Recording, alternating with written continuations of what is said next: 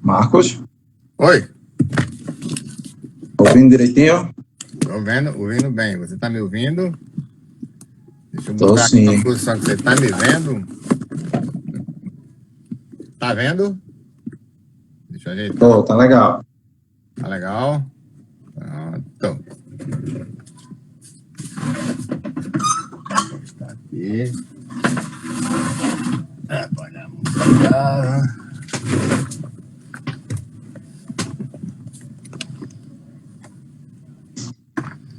Tudo bem por aí? Chovendo? Tranquilo, já. Tranquilo. Estamos dentro do que é possível, né? Ninguém tá tranquilo, né? A realidade é essa. É verdade. A gente tenta. Deixa eu ajustar isso aqui. Ainda até diz estar tranquilo para não preocupar os amigos, a família, mas eu vou te contar, isso tá difícil. Pra dedéu. Buraco que esse país entrou. Não é brincadeira. Pronto, tá melhor a minha imagem agora, mais inteiro. Pronto. Melhorou, agora ficou parado. Deixa eu ver aqui se eu não esqueci de nada. Tá tudo aqui. Esperar só um pouquinho pro pessoal entrar. Tá bom, sem pressa. Começamos pontualmente às 18 horas. Falta um minutinho aqui ainda. Aqui hoje resolveu chover, a internet a falhar. Normal, né?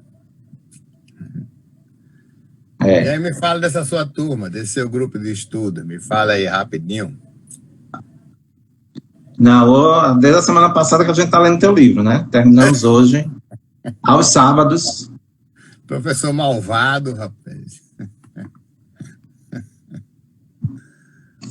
Mas é o dia que tem encontrado para ver mais gente. É, né? Aí agora, Aí tem conseguido os reunir. Nessa situação que tá aí vezes tem semana que tanto faz sábado como segunda-feira, né? Tem hora que durante a semana, durante o final de semana não, porque eu sei que é sábado e domingo, mas às vezes assim, quarta-feira eu fico assim na dúvida, é terça ou é quarta, porque tá tanto assim, tanto faz, né? Aquelas rotinas que a gente tinha de reunião, aula, isso, aquilo, acabou, né? De vez em quando bate saudade. Bate o tempo inteiro, né? Esse mundo que tá aí é chato. É. E é engraçado os o Brasil, onde não existe empregado, né? Agora existe colaborador. Então, não é mais ensino à distância, né? É ensino remoto. Não. Então você é um professor remoto. Você é um professor remoto. É a palavra que eu adoro. É remoto, né? Remoto. Vamos começando. Acho que tá todo mundo ouvindo aí. Se alguém está identificando alguma falha, dá um sinal aí que a gente tenta consertar. Você me ouve bem? Tá me ouvindo bem? Ouvo sim. Estou ouvindo. Ouvo sim, exatamente. Ouvo sim, exatamente. Concordo. Zema ensinou, eu também estou usando isso. Estou usando tanto o ovo que daqui a pouco eu não sei mais como é que se diz corretamente. A gente se esquece de tanto que passa a falar. Bem, gente, a gente já está aqui online, estava esperando um pouquinho de tempo para ajustar algumas coisas. Marcos, a tua internet está dando falha, depois tu verifica aí. Dando falha, peraí. O teu vídeo. Aqui tá dizendo. Oi, Jaime. Melhorou? Melhorou. Volta aí. Tá bom, eu acho que é nublado mesmo. Aqui também tá nublado, tá ruim. Acho que dá. Nunca tá bom, nunca tá bom. Bem, coisas do seu bairro. Oi? Eu sei que são coisas do seu bairro. Exatamente. Para melhorar, só você Bem, desligar tudo e ligar de novo. Assim mesmo, às vezes não adianta nada, né?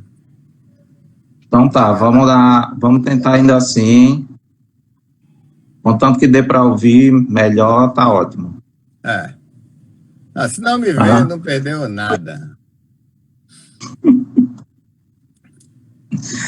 Bem, gente, dando início à nossa primeira live, tá? É um ideal do grupo. A gente começou a discutir há alguns meses esse formato, e aí veio a pandemia, ajudou a gente a criar um Instagram mais rápido, tá? E hoje, nesse sábado, o sábado foi escolhido propositalmente, como eu estava comentando com o Marcos, o sábado é o dia que a gente faz reunião de grupo de pesquisa, desde que a pandemia começou.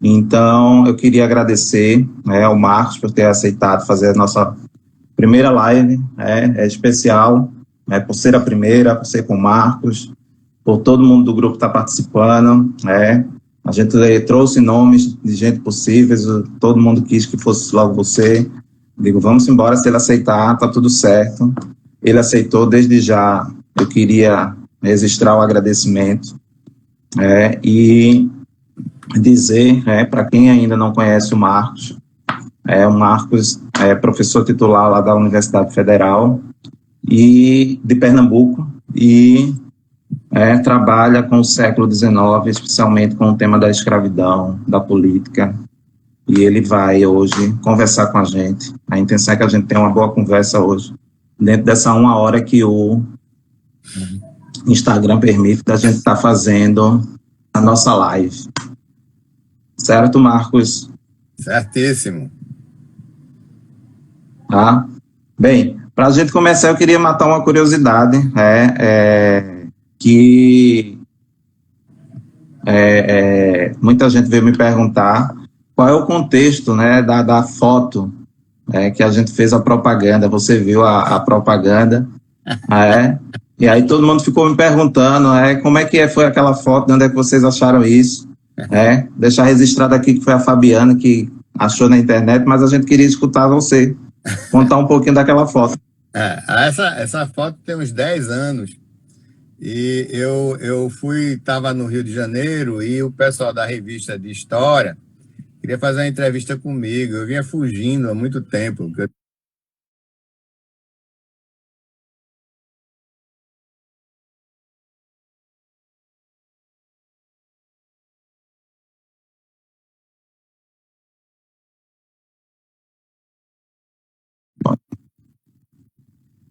Né? Muito. Não queria dizer, acho que ele foi gentil, não queria dizer amostrado, né? Bem, no Rio de Janeiro não existe amostrada. E aí a gente foi lá para fora, ali no Lago da Carioca, e aí a gente ficou conversando, e eu não sei o que é que ele disse, brincando, eu abri os braços assim, porque o Rio é tão bonito, né? E estava um dia bonito, aquela coisa, mesmo aquela área bonita, com aquela igreja. E ele aí fotografou, depois ele escolheu um. Eu nem vi as fotos que ele tirou, nunca vi. Quando eu vi, a revista saiu com essa foto. E ficou muito boa, né? Mas é um fotógrafo, o mérito é dele. O mérito da captura foi do fotógrafo.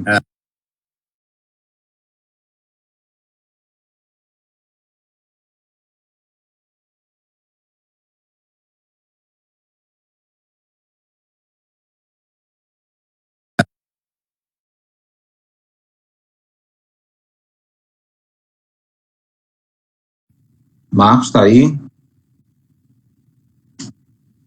Eu acho que está travando.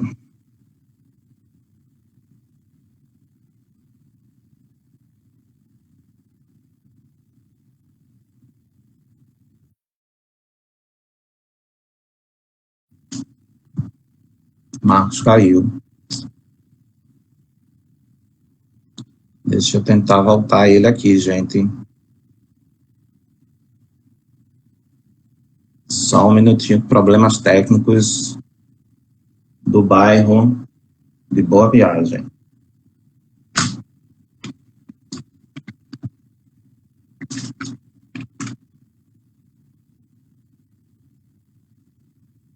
Tentar resolver aqui, tá, gente? Só um minutinho que está travando e o Marcos está aqui falando comigo no WhatsApp, está tentando voltar.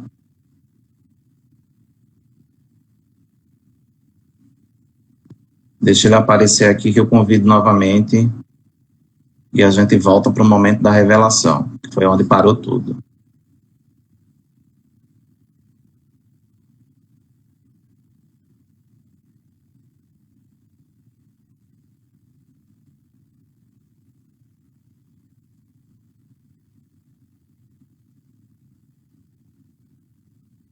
Enquanto isso, só para adiantar, dentro em breve, enquanto o Marcos não volta, e mostra aqui o nosso convite,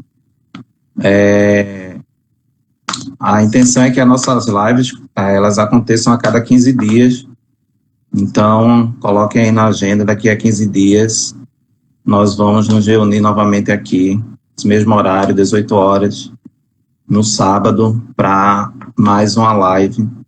Aí vamos tentar trazer todas as semanas de encontros uma temática diferente, mas que tem a ver com o que a gente tem trabalhado dentro do grupo. São temas voltados para a escravidão, dentro da história colonial, dentro da história imperial. E aí a intenção é que a gente consiga dar conta Ana, em Boa Viagem está assim, para a gente dar conta de vários temas, Deixa eu ver, ele voltou aqui, deixa eu adicionar de novo.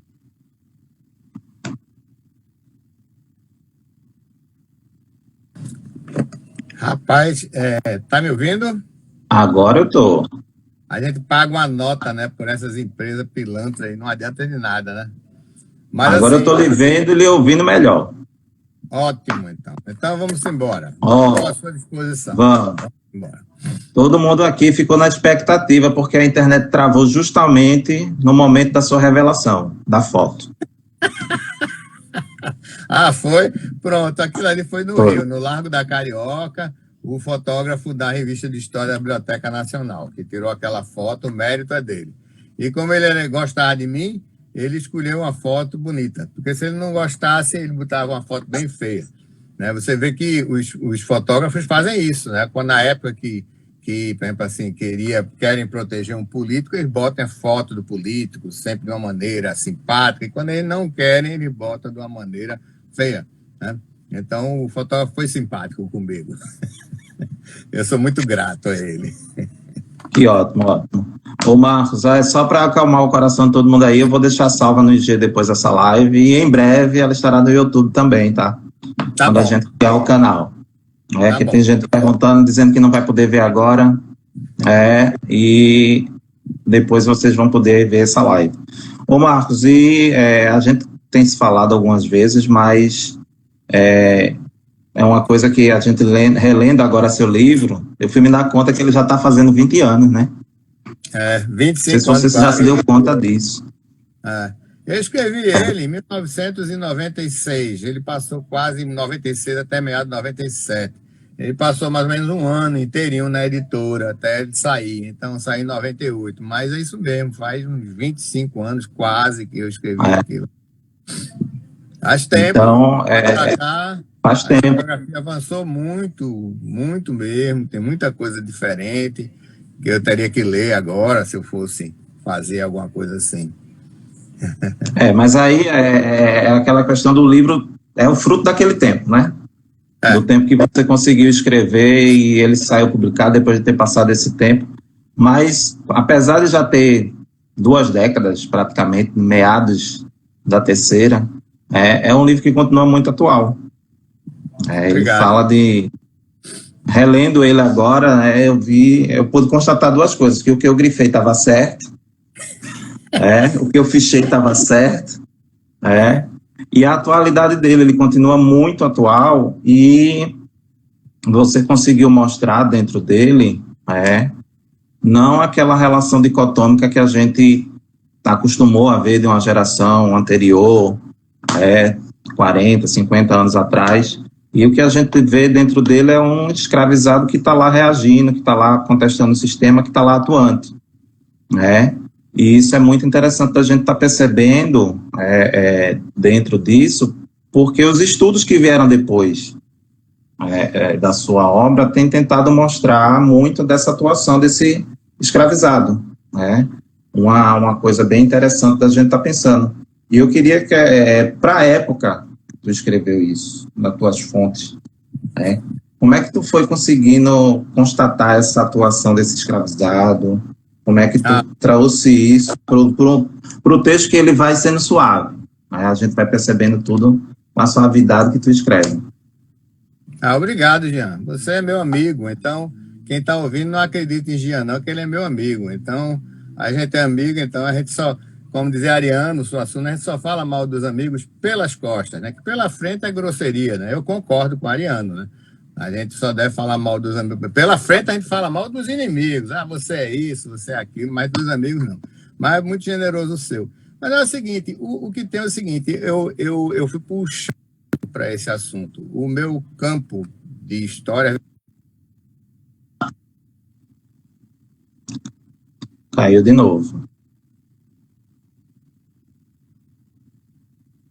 Eu acho que eu vou dizer para ele ficar no 3G.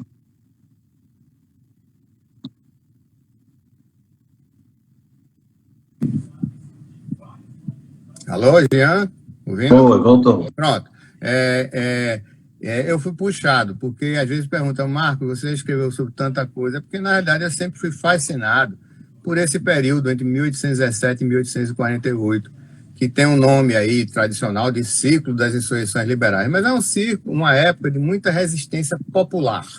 Eu prefiro usar isso, uma época de muita resistência popular, onde naquele momento ali da independência, o Brasil podia ter nascido diferente.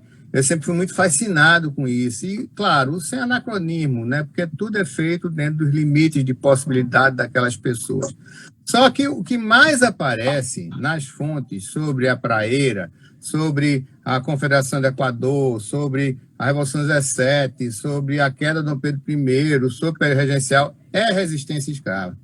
É a resistência escrava. Quer dizer, eu trabalhando a independência do Brasil em Pernambuco, ainda na minha tese de doutorado, e de repente eu vi que ocupava muito mais a preocupação do governo. Alô, tá me ouvindo? Estou ouvindo. Preocupava muito mais o governo, o quilombo do Catucá, Malunguinho e aquele pessoal todos quilombolas, do que os liberais radicais. Então, isso foi me puxando. Ao mesmo tempo, a Prefeito de Pernambuco está marcada por 2 livros. Um, Casa Grande e Senzala, aliás, mais do que Casa Grande e Senzala, Sobrados e Mucambos, que é um livro que eu acho melhor. Casa Grande e Senzala, ele é mais datado, Sobrados e Mucambos, ele é mais atual, eu acho que é melhor de ler, inclusive. E o outro que é um livro fantástico, né, com todos os erros que a gente sabe que Gilberto Freire cometeu, Democracia Racial, mas ele foi um pensador muito ousado, tem muitas coisas muito interessantes e a gente tem que ler ele como um cara que já morreu há 20, 30 anos atrás. Enfim, e o outro é Peter Eisenberg, né? Modernização Sem Mudança, que é um livro fantástico também. E assim, não tinha muita coisa sobre resistência. Isso no momento em que a historiografia mundial estava explodindo em estudos sobre resistência, né? E resistência, né? Tem, né, aquele... Enfim, o James Scott, aquela história, né, de que resistência é quando ele... É a epígrafe do livro dele, né, que eu li na minha juventude e terminei sem nem usar, mas assim, a epígrafe ficou. Ele diz assim que é que quando o imperador da China passa, aí o camponês humildemente faz sua mensura mais humilde, abaixando a cabeça e silenciosamente solta um pum, né? Então, era esse desrespeito. E aí, usando a imagem de Guimarães Rosa, resistência, a vida, às vezes, coloca a gente numa imensa prisão, né? Uma imensa prisão. Mas, assim, a gente fala muito o que você não pode fazer nessa imensa prisão que é a escravidão. Mas a minha pergunta ali o tempo inteiro é, o que é que ele pode fazer? O que é possível a um cativo, dentro daquela imensa prisão, fazer, né? E eu não falo nem dos caras que vão para a luta mesmo, armada, que seriam quilombolas, né? Quem parte mesmo para a luta, mas as pessoas comuns, né, que não têm, às vezes, as condições existenciais de fazer isso, seja porque tem família, seja porque é a vida, nem todo mundo parte para a luta armada, né? Eu mesmo, eu sou fraco, desarmado, né? Enfim, né? E há pessoas que partem, mas então o que é que essas pessoas são capazes de fazer? E aí eu fui atrás disso. Ao mesmo tempo também me interessava muito a ideia de liberdade, que sempre se fala muito. Liberdade é uma liberdade livre. E o conceito de liberdade contemporâneo, ele é muito vinculado às liberdades da Revolução Francesa. Ou seja, a autonomia, né? Você vai para onde você quiser, tá aqui assistindo a saco, você vai embora, né? Você pega direito de ir e vir, porque a gente já dominou a natureza. Quer dizer, você sai aí para o meio do mato, tem uma luzinha elétrica que vai te proteger, enfim, aquela coisa toda, né? Direito de comprar e vender, mas seria isso adequado para uma pessoa que está vivendo num engenho de cana no século XIX e veio transportado em um navio negreiro da África na infância, às vezes? Esse conceito corresponde a esse, né, esse desejo da pessoa de melhorar de vida, então eu tinha que fazer isso. E a última coisa era uma coisa que eu lia muito, eu sempre li muito história da África, mas não história da África, mas daquela África e do período de onde veio gente para Pernambuco e para o Brasil. Quer dizer, se você me perguntar sobre a história do Quênia contemporânea, eu pouco sei, mas sempre me interessou muito o que é que estava acontecendo em Angola, no Congo, na África Ocidental, no Golfo do Benin, né, no Golfo de Biafra, naquele momento em que veio mais gente dessas regiões do que veio da Europa. O que é que aconteceu ali? Que processos históricos foram esses? E então me impressionou muito no que está lá no livro, né, a citação de Mais e Kopitov, que são dois antropólogos, tem muitos erros também, muita coisa que não funciona, que eles dizem, mas tem um momento que pergunta ao povo Giriama, né, e o que é ser livre, de ser livre é ser um Giriama, quer dizer, ser livre é pertencer. Então, e isso sempre me impressionou, que na chamada resistência escrava, o que as pessoas buscam é o pertencimento. Né? Quer dizer, não é você ter só autonomia, mas você buscar grupos de convívio aos quais você possa ser assimilado como um. É claro que você é sempre assimilado em uma hierarquia. Isso é natural das sociedades humanas. Você, quando é assimilado, existe uma hierarquia. É uma bobagem achar que é tudo um comunismo. Não, não é. Não é? Mas assim, você tem que ser assimilado, sim, e ser aceito, sim, no grupo, e aquele grupo vai te proteger. Então, isso eu achava muito bacana. E aí fui atrás disso, o que era possível fazer. Os anúncios de fuga aí foram muito importantes para mim. Porque o Gilberto Freire, por exemplo, assim, nos anúncios nos jornais, que é um livro muito importante e que também tem uma importância historiográfica, porque ele é um dos primeiros a fazer isso. O Kenneth esse tempo fez para os Estados Unidos, nos anos 50, ele fez para cá. Mas ele se preocupa principalmente com traços diacríticos, né? Quer dizer, o caso tem um determinado tipo de marca no rosto, umas linhas assim, um assado, então ele é de um determinado grupo, né? Lá no Congo, em Angola, ou não sei aonde, né? Então ele se preocupava ou com marcas de castigo, marcas de tortura, né? Aquela coisa toda, de doenças. Eu me preocupei com outra coisa. Aí vem a velha análise de discurso, né? E a minha velha raiz também marxiana, para não dizer marxista, né? Porque não é marxista, porque ser marxista é toda uma maneira de perceber o vir a ser da humanidade. Eu não sei se a humanidade não vai se acabar antes de fazer alguma revolução, mas embora eu sou sim um socialista, eu acho que a humanidade deva caminhar para melhor, senão ela implode, né? Mas, enfim, então vinha aquela história, quer dizer, você vê a velha análise de discurso, né? O que é um anúncio de fuga? O que é um anúncio de fuga? Um anúncio de fuga é um texto. É um texto, como outro qualquer. Quem escreve esse texto? Então, tem duas maneiras, né? Uma é o cara vai lá, ele, né, o senhor de engenho ou o proprietário vai lá, escreve e entrega, ou a esposa dele, sei lá, no jornal. O outro, ele dita para alguém que vai escrever, né? Mas aquilo ali é retórica senhorial. Mas ele faz essa retórica a partir do que ele sabe daquela pessoa que fugiu, né? Então, ele observa, ele como qualquer patrão, né? Ele observa os seus empregados, sendo que um senhor de escravos, ele é muito mais do que um patrão. Todos os estudos, todos que existem indicam essa extrema pessoalidade da relação senhor-escravo. Relação muito pessoal, inclusive envolve a afetividade e, obviamente, o ódio também, e o castigo corporal, né? Quer dizer, a violência pessoal, ela é inerente à relação, que significa que a relação é sempre muito pessoal. Tá me ouvindo?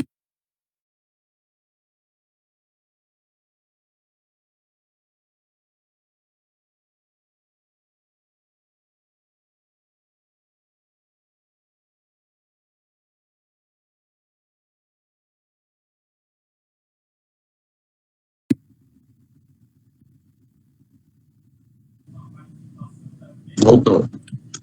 Alô, voltou? Voltou. Não, então a relação é muito... Tá me ouvindo? Tá. O que eu tô dizendo? Pronto. Então a relação é muito pessoal, né? E então o texto, o anúncio de fuga, o senhor, o dono, ele narra o que acha que o cativo pode fazer. Então é muito interessante que ele tem toda uma série de conhecimentos e que são às vezes baseados, né? E aí aqui também tem isso. Tá me ouvindo? Tá conseguindo? Tô. Vamos sim. Tá certo. Então, é que eu usei ali a diferença entre comportamento e conduta. A conduta, você quer fazer aquilo. O comportamento, você é induzido, seja porque a sociedade te ensinou a se sentar de uma maneira, seja porque você é um bicho, né, um animal, e o animal age daquela forma. Então, mas a conduta não, você quer agir. Então, mas quando o cativo, eu notava muito nos anúncios que quando um cativo ele queria fugir, ele começava mudando de nome. Então, quando o cara, sei lá, ele é cativo de um senhor, de escravo em São José, ele costumava passear na Boa Vista, onde ele tinha malungos, amigos, gente da mesmo grupo étnico que ele mudava o nome para Antônio, né? E dizia que era forro, né? Isso, de uma certa forma, preparava para a fuga posterior, né? Então, isso é que me interessava. E daí, porque até eu não quantifiquei anúncios, porque me interessou os anúncios enquanto textos, né? E não dizer assim, 512 fugiu, 762 fugiu, não. Me interessa enquanto textos, quer dizer, narrativas feitas pelo senhor a respeito do cativo. Está ouvindo? Estou ouvindo. Pronto. E você que faz história social sabe que o grande desafio da história social é esse. A gente estuda personagens históricos, pessoas e grupos que não têm voz nos documentos, né? A gente sabe, você quer estudar mulheres em determinado contexto, às vezes toda a documentação que você tem daquelas mulheres é de homens falando sobre elas. Você quer estudar camponeses, você não tem um documento escrito por um camponês, você tem só senhores. Você quer estudar quilombolas, e tudo que você tem sobre os quilombolas é dos delegados de polícia que foram lá matar eles, é dos senhores de engenho que torturaram eles. Então você tem que fazer a interpretação da linguagem senhorial. E aí entra na outra coisa, que por isso que nós, historiadores, a gente tem que se virar nos 30. Você tem que prestar atenção à palavra, quais são os usos daquela palavra. Então foi muito isso. Eu tenho alguns orgulhos daquele livro. Primeiro é o seguinte, é que não era comum nessa época, o João José Reis lançou essa semente na Revolta dos Malês. Ele fez um livro em que a África explicava a história do Brasil.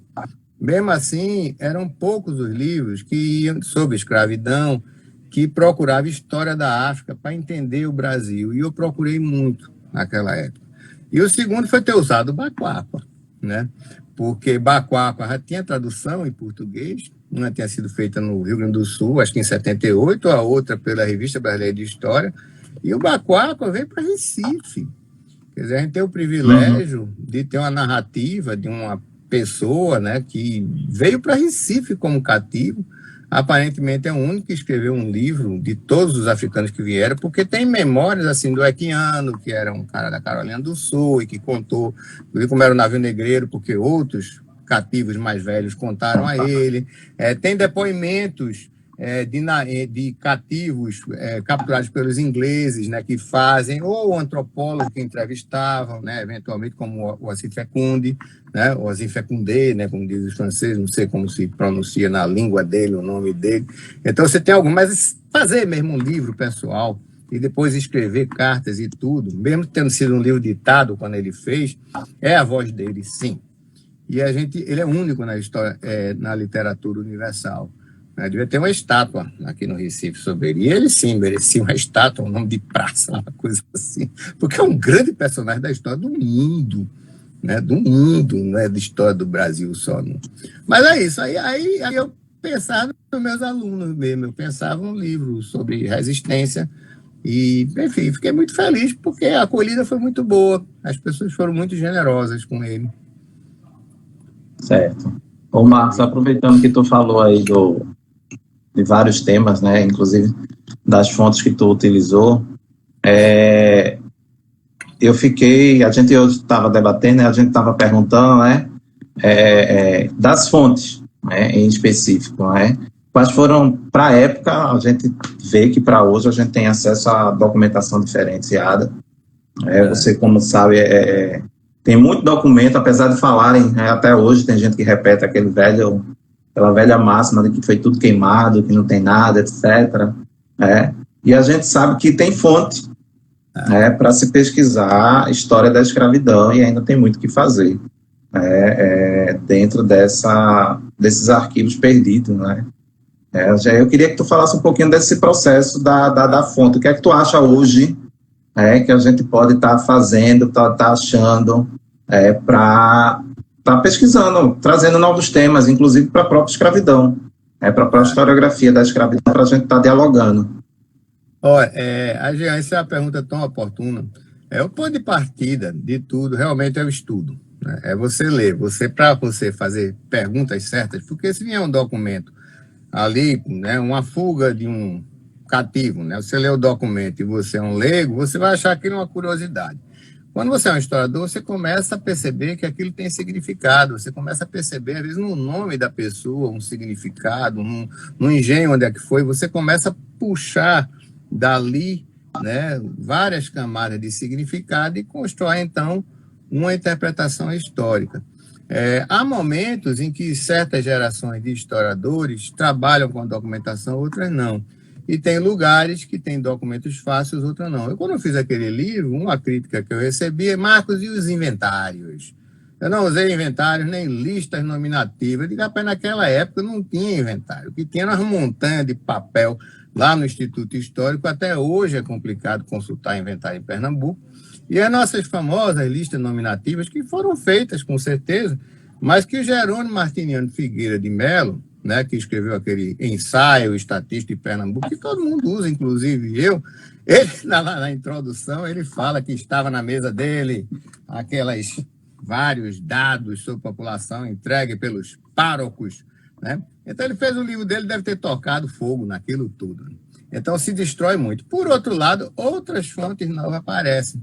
Por exemplo, naquela época, o Diário de Pernambuco estava muito ruim de pesquisar, porque a coleção do Diário de Pernambuco tinha sido destravada, tirada, assim, vamos dizer assim, dos livros, para poder a Fundação Joaquim Nabuco filmar. E depois esse microfilme circulou o mundo, hoje em dia a gente tem acesso, mas era uma época que você não podia pegar nem todos os exemplares, nem no arquivo, nem em lugar nenhum, né? E aí depois apareceu um microfilme, né? Tinha um microfilme, mas tinha metade do ano, enfim, era complicado você consultar até o jornal. E grande parte dos jornais e panfletos de obra rara, você não tinha acesso mesmo. Hoje em dia, no site da Companhia Editora de Pernambuco, tem toda a coleção de panfletos que eu não consegui ver na minha tese de doutorado, por exemplo. Que eu sempre era muito zeloso de não ser o último a ver um documento. Isso é uma coisa que eu sempre disse aos meus estudantes. Se você vai pegar um códice de manuscrito e ele está muito frágilzinho, pegue não. Deixe lá. Deixe para ser restaurado, porque tudo bem, você pode abrir e achar uma coisa ótima, mas pode ser que você não encontre nada. Ou mesmo se você achar, talvez aquele códice valha mais do que o teu artigo, sabe como é? Então, naquela época, esses panfletos que hoje em dia a CEP disponibilizou, quando eu fiz meu doutorado, que eu trabalho, né, estava na seção de obras raras, agora rara assim, raríssimo. Aquela coisa que para você ver, você tinha que insistir. E eu olhava assim, eu digo, rapaz, isso realmente só tem aquele exemplarzinho, não tem mais nenhum lugar do mundo. Se essa desgraça se evapora aqui, se esfarela na minha mão, eu vou destruir um negócio que não tem. Para quê? Para eu dizer mais alguma coisa. Agora eu estou lendo. É muito engraçado, porque eu não estou fazendo nenhuma pesquisa sobre a independência, mas eu, às vezes, assim, quando eu quero me divertir sem sono, eu digo, vou ler, né, os jornalzinhos da CEP. E aí eu abro lá e começo a ler. Então, a fonte histórica, ela depende de cada geração. Eu acho que hoje em dia, o que às vezes o jovem subestima é a enorme disponibilização de fontes online, sem destruir nada. E a gente tem que explorar elas. A gente tem que olhar esses jornais que estão disponíveis. A gente tem que olhar os manuscritos, os livros rápidos. Por exemplo, naquela época que eu fiz o Liberdade, aqueles viajantes que foram para a África, ingleses, né, e tal, aquilo era a anotação que eu tinha no meu doutorado em uma biblioteca americana. Aí quando você vai assim, você tem uma viagem para não sei onde, aí você vai na biblioteca por 2 dias daquela universidade americana, europeia, e você pede, cadê o livro de Richard Burton? Cadê o livro que não existia, né? Enfim, né? O Canu, né? O traficante de escravos, né? E tal. Hoje em dia você acha isso tudo online. Tudo online. Então, é muito bom a pesquisa, e principalmente a quantidade de livros e artigos que também estão disponíveis de graça. E a gente tem que usar isso. A gente tem que usar esses recursos gratuitos, inclusive para prestigiar eles, sabe? Então, agora a fonte realmente é o grande problema do historiador. Eu concordo com você, mas assim, o historiador também tem que ter cuidado para não reinventar a roda.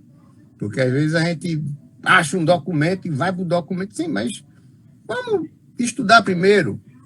Quantas são as pessoas que trabalharam com aquela documentação? Tem texto sobre aquilo? Né? De que forma aquilo foi usado? Né? Porque a fonte, ela fala por si, mas não fala por si também. As duas coisas. Você lê ela, você vê, mas você é que tem que dar significado àquilo. Senão vira uma curiosidade histórica, que tem muito, né? Aquele caso do curioso, né? A pessoa que tem documentos interessantes. Aliás, alô, tá me ouvindo? Tem muito caos. Em organização, tá ouvindo? É caos, né? É engraçado, né, Jean? Que às vezes naquelas gavetas de institutos históricos, assim, tem assim, pastas assim, que é assim, documentos interessantes. Eu me lembro que Hildo Leal da Rosa, nosso amigo, ele ficava meio mordido, que tinha no arquivo público uma coleção que era miscelânea. Tudo que os arquivistas na época, antes dele, né, e dos arquivistas profissionais, não entendia, jogava lá, né? Diversos, né? Então você não quer dizer nada, né? Você tem que ver quem produz o documento, para onde ele vai, né? Pelo menos isso. Né? Mas é a grande nó. Então, é isso. Tudo junto e misturado, como se fosse fazer sentido para alguém. Olhar aquilo como uma pastinha de curiosidades. Exato. Eu tenho muita inveja. Curiosidades e por exemplo, eu tenho muita inveja dos historiadores mineiros por causa das listas nominativas, e os baianos também carioca, e daquele pessoal que tem aquela documentação, vamos dizer assim, inventários organizados, catalogados, e às vezes até já quantificados, né? Que você chega lá, tem aquela coisa. Por exemplo, assim, agora em Pernambuco, muita gente está trabalhando com ações de liberdade, que é um assunto fascinante. Em 1978, né, Maria Inês Corte de Oliveira fez uma dissertação de mestrado, que é um livrinho fininho, mas excelente, com testamentos de negras. Então já era tão organizado essa parte no arquivo da Bahia, que tinha assim uma parte só testamento de escravas, mulheres que enriqueceram a ponto de deixar testamento. Olha, se você for fazer aqui no Recife um livro sobre testamentos de ricos, você vai ralar muito, porque você vai ter que ir na tora, olhando inventário por inventário, para ver se acha o testamento. E naquela época, quer dizer, 40 anos atrás, 1978, 50 anos atrás, né, já foi possível uma pessoa na Bahia fazer um livro sobre testamentos de escravas que enriqueceram. Pronto, e que testaram seus bens. Então depende muito, né? A gente às vezes fica com muita inveja, né? Pega um livro, puxa, esse cara tem uma documentação que eu não tenho. Mas a gente faz o que pode. Às vezes ela está escondida com alguém. E aí eu tenho uma coisa que foi muito boa para mim, sabe, Jean? É o fato que você conhece bem a pós-graduação em História e o departamento, né? A gente era um departamento só quando eu entrei lá, Arqueologia e Pré-História e História, era uma coisa só. Então, eu sempre convivi muito com os arqueólogos, inclusive fazendo os concursos, na mesma época que eu fiz meu concurso, entrando, e as progressões eram os colegas de arqueologia também, eu convivi muito. E então, quando eu achava ruim, que eu tinha pouco documento, às vezes um arqueólogo, ele tinha um caco de cuia. Então, através daquele pedaço daquela cuia, você vai tentar ver toda a vida social de uma comunidade. Aí puxa, como eu tenho fontes. Eu tenho muitas fontes, porque o cara tem um pedaço de uma cuia de 700 anos, assim, e a partir dali ele vai ver tudo. Pronto, então é isso aí. A gente faz o que pode e às vezes se faz muito, né? E a gente tem que, como você está bem lembrando aí, a gente tem que aproveitar a quantidade de fonte online hoje em dia. Tem. Trabalho, é muito projeto de pesquisa para deixar elas online. Enquanto existirem, a gente tem que estar aproveitando e mergulhando nelas, porque se já era tendência ter fonte online disponibilizada, acredito que agora vai ser mais ainda, enquanto a gente tiver em tese, mundo novo que pode surgir, para a gente estar pesquisando. Você acabou de dizer uma coisa muito importante. Você disse uma coisa muito importante, é que esse ataque contra a história é mundial. E todos esses acervos que são disponíveis online, gratuitamente, e também até os pagos, eles, para se manter, dependem dos acessos. Porque ele tem esse explicar, para o Slave Voyage, que gasta uma nota preta para montar aquilo, não tiver acesso, ele não tem como pedir dinheiro a Harvard para existir. Mesma coisa, a Hemeroteca Digital da Biblioteca Nacional, o DACEP, a Gálica, todos esses que existem, Torre do Tombo, a gente tem que acessar, nem que seja para fazer uma graça, porque toda vez que você clica lá e entra, aquilo é computado. E aí, quando vem o governo daquele país dizendo, isso não serve para nada, isso aí não serve para coisa nenhuma e tal, o cara diz, não, peraí, eu tive 300 mil acessos o ano passado. Tem gente aqui lá de Pernambuco acessando, tá aqui lá do Brasil, né, do Nordeste, está acessando. Então, até por isso, a gente tem que estar acessando. Né? Você tocou num ponto muito importante. A maneira de apoiar esses acervos online é acessando eles.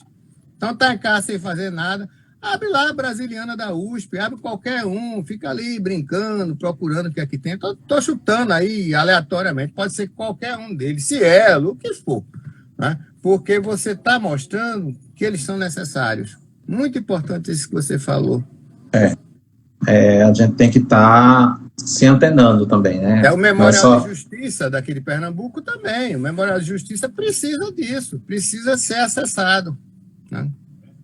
São várias pontes que estão aí presas, e às vezes só acessando elas é que a gente vai estar descobrindo. E aí, assim, um outro tema que tu também já falou, que eu tinha até anotado aqui na minha cola para não esquecer, da gente estar pensando, de como você falou aí que o Bacoa é aquele que merecia uma estátua. Eu também concordo com isso. Como é que a gente pode estar nessa sociedade turbulenta que a gente está vivendo hoje, com tantas memórias expostas aí? O Recife é um exemplo disso. Cada rua que a gente circula, na parte antiga, a gente vai vendo situações até que já foram retratadas em pinturas, as mesmas ruas a gente circulando e vai rememorando isso. Como é que essa memória da escravidão, ela faz parte desse cotidiano da gente e às vezes a gente nem nota, quando isso ficou tão naturalizado que a gente vai passando em branco, vai deixando para lá sem se importar, e precisa vir movimentos como esse de destruir imagens, de repensar esse passado para a gente estar vendo, o que é que a sociedade da gente se transformou hoje. E aí estudar a escravidão, acho que a gente pode estar pensando assim, estudar seja a liberdade lá no século XIX, seja no XVIII, seja os diálogos entre a África e o Brasil, essa fronteira com o Atlântico no meio, como é que isso pode estar refletindo o que a gente é hoje, essa sociedade que a gente se transformou. É muito cruel. Para a gente pensar isso. Você tem toda a razão, Jean. Inclusive, é muito sórdido que foi preciso matarem alguém nos Estados Unidos, né, uma pessoa, de uma maneira terrível, para a gente, de repente, eita, no Brasil, que no Brasil é muito pior. No Brasil, todo mês agora se mata uma criancinha negra, né? E eu não estou falando num adolescente, porque tiro na cabecinha há muito tempo que nem se pensa mais nisso. São 60 mil jovens negros, um ou outro não é, que são assassinados anualmente no Brasil. Todo ano tem mais do que uma guerra do Vietnã aqui, né? E ninguém nem olha para isso. Mas assim, agora é criancinha mesmo, né? Mata a criancinha pequenininha, uma hora é uma menininha, outra é um menininho, e fica por isso mesmo. Então, no Brasil, faz parte do nosso racismo estrutural essa cegueira. Quer dizer, você não olhar para essas coisas, quer dizer, você não criar memória, você não se importar.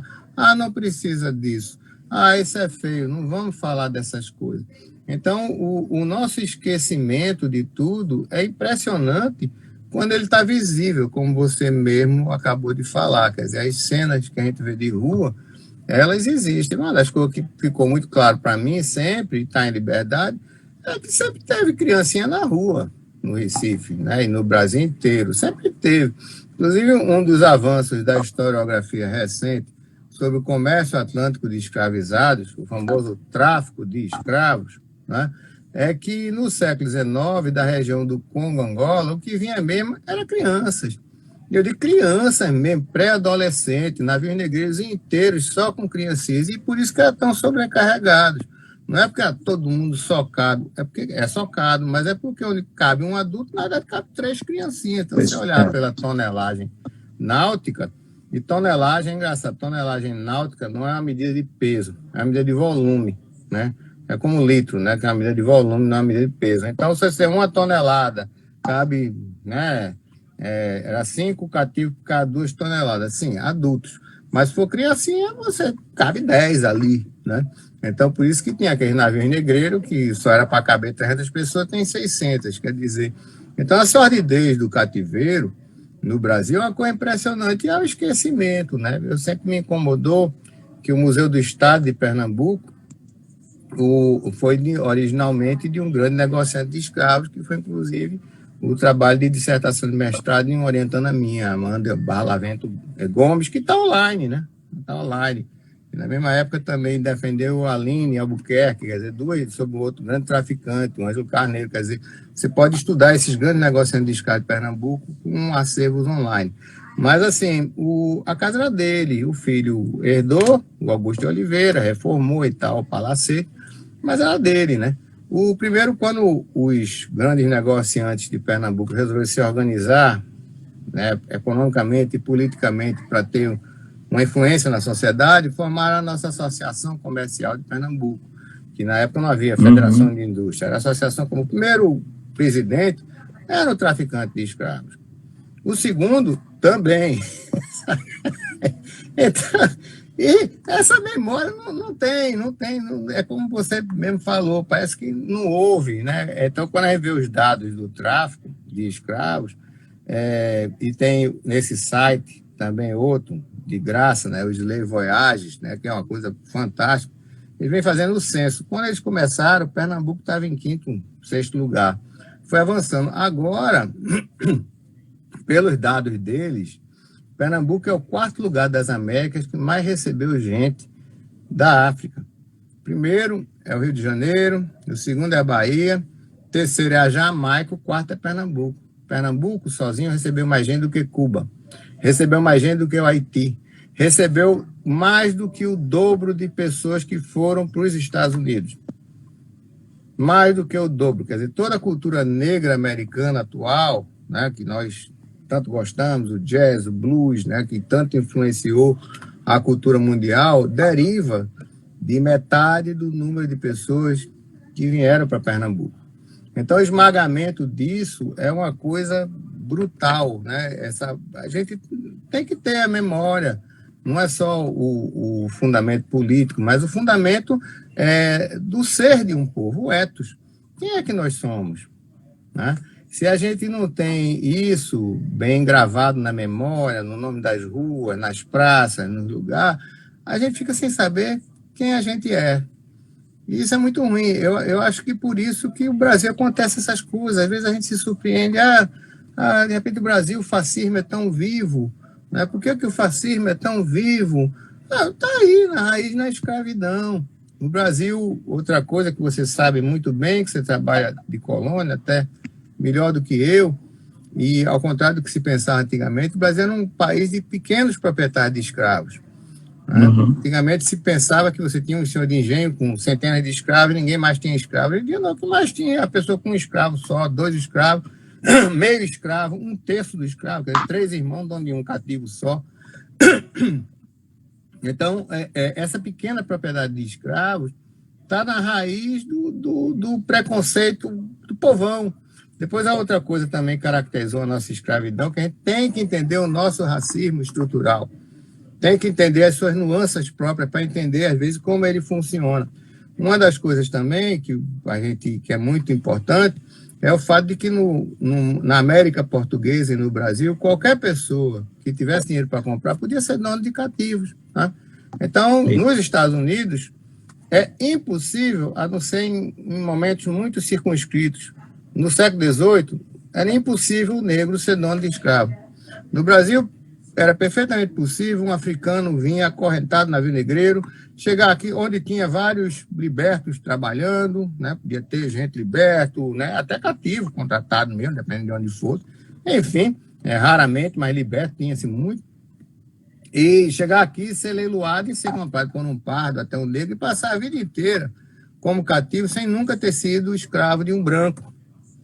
Então, isso nuançou e fez a como se constituiu o nosso racismo estrutural, que também é totalmente imbricado com a classe social. É o contrário que se pensa. Quer dizer, quanto mais escura a cor da pele, regra geral, mais pobre a pessoa é no Brasil. Então, você faz cota para negro, é também uma cota de classe social. Quer dizer, é a mesma coisa. Não precisa... A cota, né, racial, ela resolve vários dos problemas, por essa compensação histórica. Mas o nosso racismo estrutural fez isso, e às vezes a gente se surpreende com um certo fascismo popular, mas ele deriva disso, da pequena propriedade de escravo, né? Da possibilidade de você, mesmo pobre ou remediado, explorar uma outra pessoa que às vezes tem a mesma cor da sua pele. Né? Então, o nosso racismo estrutural, os nossos preconceitos, o fascismo brasileiro, essa violência inerente à nossa sociedade, essa naturalização da violência, onde se pode matar uma criancinha negra todo mês, pelo menos, quando não é toda semana, né? Que tem mês que é 2, 3, né? Que a gente sabe, né? Isso está enraizado aí. Então, eu concordo com você. Eu acho que a gente tem que trabalhar mais essa memória, inclusive para vencer o fascismo, para a gente melhorar como sociedade. Porque o Brasil, me desculpem, tem fracassado como sociedade. O Brasil tem fracassado. O Brasil, a gente não consegue se livrar do autoritarismo. Isso é interessante também, essa hora da historiografia. Quando eu comecei a fazer história, a fazer meu mestrado, o assunto da moda era escravidão, que está voltando à moda.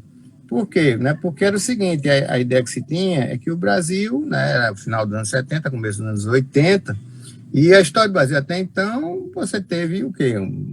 Monarquia, que era uma ditadura, onde o imperador tinha o poder moderador, né, que agora querem dar ao exército, né? Então ele dissolvia a Câmara, fazia o que quiser na ditadura, né? E depois você tem a República Velha, que foram governos extremamente autoritários, para não dizer quase ditatoriais também, depois teve Getúlio, né? Aí depois você teve Dutra, e aí você tem Getúlio volta, mas se suicida, e você teve um presidente que tinha começado e terminado o mandato, que foi o Juscelino. E Juscelino houve 3 tentativas de golpe. Então, quando quem estava vivendo no Brasil em 1980, o Brasil era um país onde a democracia era impossível, porque em toda a sua história, só um presidente tinha sido eleito e terminado o mandato. Então, quando veio a abertura, e quando nós começamos, e aí, principalmente, o surgimento do PT e de Lula, a historiografia começou a pensar nos seus problemas contemporâneos, começou a estudar o movimento operário, E depois a decepção, que era do mundo perlinha. Então vem a pós-modernidade, quer dizer, o que é que tem aí que essas utopias fracassaram? Quer dizer, o historiador, ele trabalha com temas da sua época, olhando para o passado. Mas, assim, eu estou notando que está aos poucos renovando a preocupação com o estudo da escravidão por causa do fascismo brasileiro. Então, o que é que nós temos? Que a gente começou a ter um regime democrático e, de repente, a gente está aí à beira de um golpe de Estado, fascismo, o governo já é um governo militar, né? Então, o que é isso? Né? Um governo militar que já é totalmente militarizado, perigo de ficar realmente um regime totalmente fascista. Então, qual foi o nosso fracasso histórico? O que é que está acontecendo? E, para mim, é muito óbvio. Está na escravidão. Todo o racismo estrutural brasileiro está na escravidão, que é uma escravidão onde qualquer pessoa podia ser dono de escravo. Era uma escravidão onde era muito fácil comprar um africano, porque a gente é muito perto da África. Pela navegação atlântica daquela época, navio à vela, basicamente, o Brasil era muito perto da África. Os Estados Unidos não é, nem o Caribe. Um navio negreiro no século XIX levava 26 dias para chegar no Recife, levava 3 meses para chegar em Cuba, 2 se fosse bom o capitão, né? Então isso facilitava muito isso, chegava barato no porto, principalmente criancinha, que criancinha sempre foi muito escravizável através da história, né? Então a gente tem que ir atrás dessa memória, você tem razão, a gente tem que dar significado a essas ruas, talvez não só derrubando monumentos, mas criando. Eu acho que a gente precisa começar a invadir as ruas botando o nome, precisa começar fazendo as coisas. Eu gosto muito desse movimento que coloca as coisas. Não, então vamos botar uma outra placa alternativa no nome dessa rua, né? Está aqui o nome do negócio de escravo, como o nosso amigo Paulo Cadena denunciou, o Yolanda Cavalcante, o Araújo Lima. Vamos pegar lá, marquei, vamos botar lá um outro nome, vamos estar junto ali, Rua Malunguinho. Cola ali uma outra placa embaixo, vamos começar a dar significado às nossas... Novo significado. Você tem razão. Enquanto a gente não entender esse passado da gente e tornar ele mais vivo, a gente vai correr esses perigos, como o atual. É verdade, Marcos. Ô, Marcos, daqui a pouco a live vai cair. Tá? Então, aqui eu já estou contando o tempo, se não salvo engano, faltam 3, 4 minutos. Não dá tempo da gente engendrar em outro assunto. Deixa eu lhe agradecer, que para mim é uma honra e um prazer. Isso para mim é novo, é a segunda vez que eu faço isso.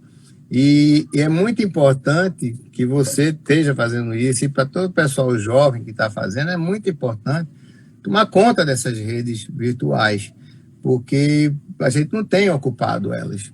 Então, os historiadores, os intelectuais, as pessoas da arte e da cultura precisam realmente ocupar e a gente prestigiar, assistir mais, e, enfim. Então, obrigado, Jean, por me dar essa oportunidade, viu? E obrigado a todo mundo que está aí assistindo no sábado. Obrigado a você, Marcos. Queria dizer para todo mundo que está aí assistindo, nós temos um auditório quase lotado aqui. Tem 76 pessoas online assistindo a gente, assistindo você falar. E quero agradecer a todo mundo, dizer que, infelizmente, por conta do tempo, foi a nossa primeira live, a gente não fez as perguntas que todos foram colocando aí. Porque como a conexão começou a ficar ruim, me deram a dica, que eu estou de olho aqui no WhatsApp também, me deram a dica de cancelar os comentários. Quando eu cancelei os comentários, aí a conexão melhorou. Quero já pedir desculpa a algumas pessoas que colocaram perguntas aí.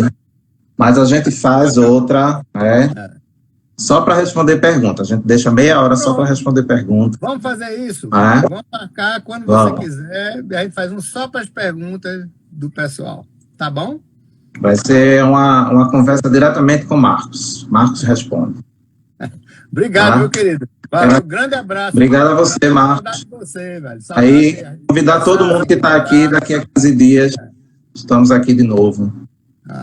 Tá bom. Tá bom, Marcos. Grande abraço. Tchau. Tchau, tchau. Obrigado a todo mundo.